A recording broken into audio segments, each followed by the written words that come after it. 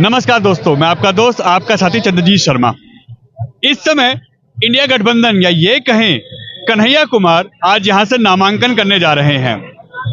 मगर गठबंधन को लेके लोग क्या कहते हैं, उनके कार्यकर्ता क्या कहते हैं, कांग्रेस आम आदमी पार्टी कितनी इसके लिए तैयार है, आइए बात करते हैं। क्या लगता है जीत कितनी होगी या नहीं होगी? नहीं, मैं ये आपसे सवाल पूछ रहा हूं और आपके माध्यम से कहना चाहता हूं कि भाजपा यहां से जमानत बचा पाएगी कि नहीं बचा पाएगी।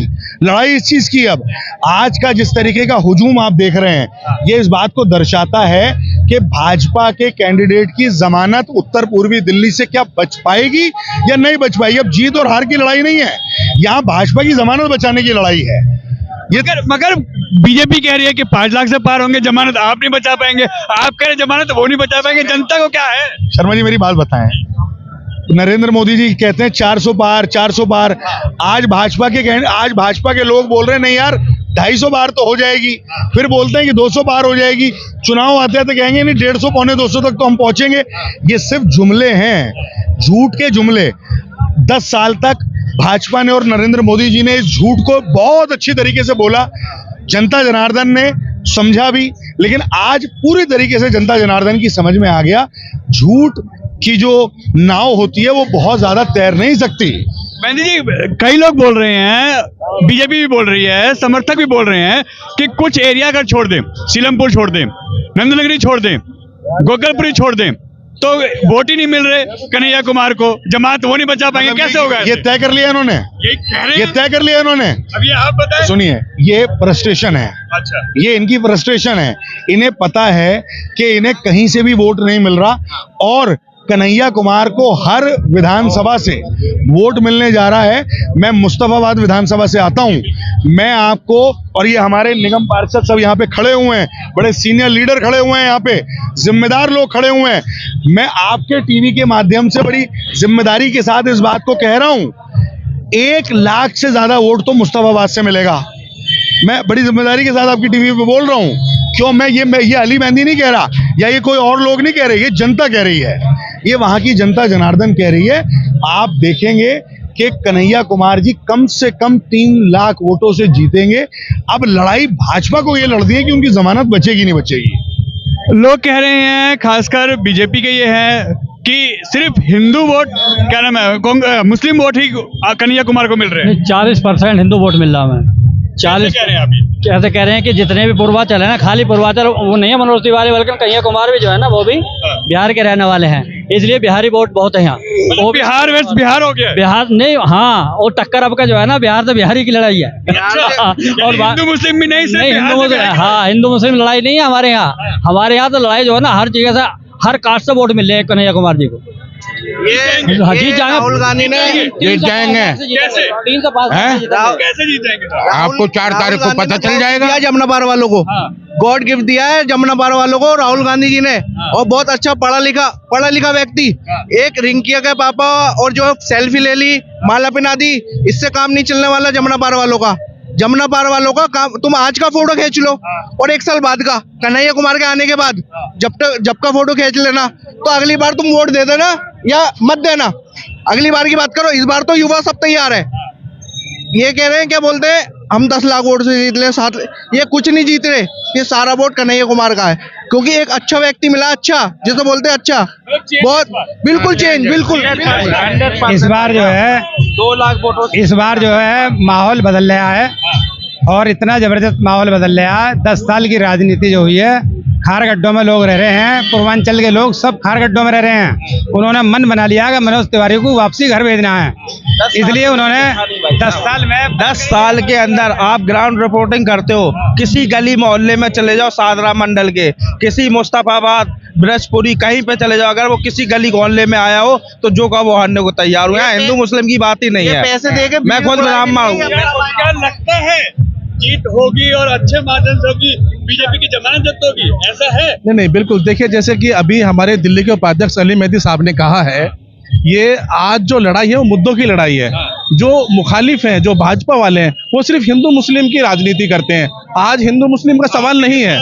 मैं वही चीज, सब कुछ छूट गया। बिहारी हो गया। आज मुद्दों की लड़ाई है। मैं आपको एक चीज बताना चाहता हूँ। दिल्ली एक हमारे देश की राजधानी है, लेकिन उत्तर पूर्वी क्षेत्र जो है वो दिल्ली का ही एक हिस्सा है। लेकिन आप कभी भी एक सर्वे करेंगे, और बहुत सारे सर्वे पहले से आए हुए हैं, उत्तर पूर्वी दिल्ली जो इलाका है वो पूरी दिल्ली का सबसे पिछड़ा इलाका है। पिछले 10 साल में यहाँ पर कोई काम नहीं हुआ है। आम आदमी, जो आम लोग हैं, यहाँ पर एक बुनियादी सुविधा के लिए तरस रहे हैं। मेरा मतलब कहने का आपको यह है कि आज बुनियादी सवालों की लड़ाई है, बुनियादी जो लोगों को चाहिए उसकी लड़ाई है। उत्तर पूर्वी क्षेत्र में कन्हैया कुमार जी जो हमारे इंडिया गठबंधन के यहाँ से इलेक्शन लड़ रहे हैं, जो वो यहाँ से जीतकर जब आएंगे तो दिल्ली का विकास होगा, और इसीलिए आज लोगों के मन में एक बदलाव की लहर है। जिस दिन कार्यालय खुलने की बात आई थी उसी दिन ऐसा हुआ था कि फूट पड़ गई थी। कांग्रेस के जो दिल्ली प्रदेश अध्यक्ष है वो इस्तीफा देके बैठ गए, बीजेपी ज्वाइन कर ली। आप कह रहे हैं एक साथ लड़ेगा, कैसे गठबंधन एक साथ है जब इस्तीफे तक हो जा रहे हैं, कांग्रेस के लोग छोड़ के चले जा रहे हैं? देखिए लड़ाई कैसे जीतेंगे आप लोग? देखिए साहब, ये कुछ लोगों की अपनी जाति राय हो सकती है। एक आदमी के जाने से या एक आदमी के आने से पार्टी को कोई फर्क नहीं पड़ता, मुद्दे नहीं बदल जाते। असल लड़ाई है आवाम की। जो देखिए वोट आवाम बिल्कुल साथ है। आज के वक्त में मैंने कहा कि मुद्दों की लड़ाई है। मैंने कहा आप देखिए, कभी भी आप देख लीजिए, उत्तर पूर्वी जो हमारा क्षेत्र है पूरी दिल्ली में सबसे पिछड़ा क्षेत्र है। यहाँ पर कोई बुनियादी सुविधाएं जो सरकारी होनी चाहिए वो उनका बहुत ज्यादा अभाव है। आप देखेंगे 4 तारीख को जब रिजल्ट आएगा तो आपको चौंकाने वाले रिजल्ट मिलेंगे। मैं आपको एक बात बताना चाहता हूँ, जब देश की सरहद पर कोई आंच आए तो हमारे जो सैनिक हैं, जो हमारे देश के जो फौजी हैं, जो हमारे देश के रक्षक हैं, उनको एक पल नींद नहीं आती। आज देश का संविधान खतरे में है तो आवाम बिल्कुल की बात कर रहे हैं। कन्हैया कुमार के ऊपर आरोप लगे हैं, उन्हीं के स्टेटमेंट बीजेपी रिलीज कर रही है, पब्लिक में वायरल कर रही है कि सेना को इन्होंने गालियां दी थी, रेपिस्ट कहा था। फिर आप नहीं, बिल्कुल नहीं, ऐसा नहीं है। मैंने फिर कहा है कि हमारे लिए एक मीडिया पे बीजेपी की तरफ से खूब चल रहे हैं, एक आदमी कुमार के वक्तव्य हैं। ये किसी एक आदमी की कोई पर्सनल राय हो सकती है, मुझे नहीं मालूम। मैं एक बात बोलना चाहता हूँ, जो मेरा सवाल जो था, जो आपके सवाल का जवाब था, वो ये है कि जब हमारे देश पर कोई मुसीबत आती है तो हमारे देश के रक्षक हमारी सरहदों पर तैनात हो जाते हैं, और 1 मिनट 1 सेकंड के लिए उनको नींद नहीं आती, झपकते नहीं है। उसी तरह से जब देश का संविधान खतरे में है तो देश की आवाम जाग चुकी है। देश की आवाम जाग चुकी है। देश के अपने देश को बचाने के लिए, संविधान को बचाने के लिए आप इसका जो रिजल्ट आप देखेंगे 4 तारीख को आपको नजर आ जाएगा। ये सारा का सारा जो है दूध का दूध और पानी का पानी हो जाएगा। 4 तारीख का आप इंतजार कीजिए। हमारे उत्तर पूर्वी में पूरा माहौल है, किसी भी तरह से हमारे कैंडिडेट को कोई हराने वाला नहीं है। हमारा कैंडिडेट संविधान बच जाएगा। बिल्कुल बिल्कुल, संविधान बचाने के लिए ही काम हो रहा है। मैं आपको बता दूं, काफिला बहुत बड़ा है मेरे दर्द का यारो, काफिला बहुत बड़ा है मेरे दर्द का यारो। बयां की शुरुआत किसी दर्द से या किसी दर्द की आह से करूं। आज का युवा जिसकी कमर तोड़ने का काम भारतीय जनता पार्टी हमेशा हिंदू मुस्लिम के नारे को लगा के करवाती रही है, लेकिन आज का युवा जाग चुका है, और जागा हुआ युवा समझ गया कि हमारे अधिकार और हमारा सच्चा मंदिर और सच्चा भगवान, मैं भगवान के विषय में बोल दूं आपको, राम राम सब करें, राम राम सब करे, ठग ठाकुर और चोर। जिस राम से ध्रुव और प्रहलाद मीरा तरे वो राम कोई और, हम उस राम की बात करते हैं। और मैं आपको बता दूं कि कांग्रेस पार्टी आज ये जो गठबंधन की सरकार बनने जा रही है, और मैं कह रहा हूं बन चुकी है, भाई कन्हैया कुमार बहुत भारी बहुमत से विजय हो चुके हैं। लेकिन एक जो सरकारी प्रतिक्रिया है वो आपके सामने 4 तारीख को आएगी। लेकिन आज का युवा ये तय कर चुका है, वोट बताएगी, पेटी बताएगी, जिन पेटी के अंदर हमारे जो वोट इकट्ठी होगी, सारा युवा एकजुट हो गया है और अपने भारत के संविधान को, अपने लोकतंत्र को बचाने के लिए। मनोज तिवारी में क्या दिक्कत है? कन्हैया कुमार में खासियत क्या है? मैं आपको बताऊं, मनोज तिवारी जी आज 10 साल से, आप मुझे बता दीजिए, वो अपनी विधानसभाओं में, क्षेत्र में किन किन लोगों के पास गए हैं, किसी के कोई मुद्दे सुने हैं? आज भी यहाँ पे आम जनता अपने पेंशन के लिए परेशान है। यहाँ गलियों में 10 साल हो गए भाई साहब, है सांसद, सिटिंग सांसद है। किसी गली मोहल्ले में दिखा दो जो बीजेपी को वोट देता हो, अगर दिख जाए तो जो कहो वो हार जाऊंगा। हिंदू मुस्लिम की बात ही नहीं है भाई साहब, वो जनता की आवाज है। मनोज तिवारी अच्छे हैं, कन्हैया कुमार को कहाँ से ले आए साहब? नचनिया और कन्हैया में फर्क नहीं समझ रहे आप? कृष्ण में और कन्हैया में फर्क नहीं समझ रहे, रावण और राम में फर्क ही नहीं समझ रहे। एक तरफ तो नचनिया 5 लाख लेकर डांस करने वाला, और एक तरफ क्रांतिकारी है, पढ़ा लिखा है, देश को बचाने वाला, देश के लिए लड़ने वाला। आप फर्क ही नहीं समझ रहे।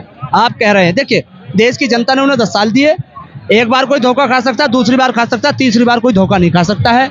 यहाँ बदलाव की ब्यार ये जो तमाम भीड़ आप देख रहे हैं, ये बुलाई गई है और अपने खर्चे पाई हुई है। यहाँ पैसे वाली भीड़ नहीं है, जनता ग्रस्त है इनके झूठे वादों से, इनकी महंगाई से। इन्होंने जो कॉर्पोरेटों को सहयोग किया है, गरीबों को लूटा है, इसलिए अब जनता बदलाव चाहती है। इनकी तानाशाही के खिलाफ, इनके जो लोकतंत्र को खत्म करना चाहती है।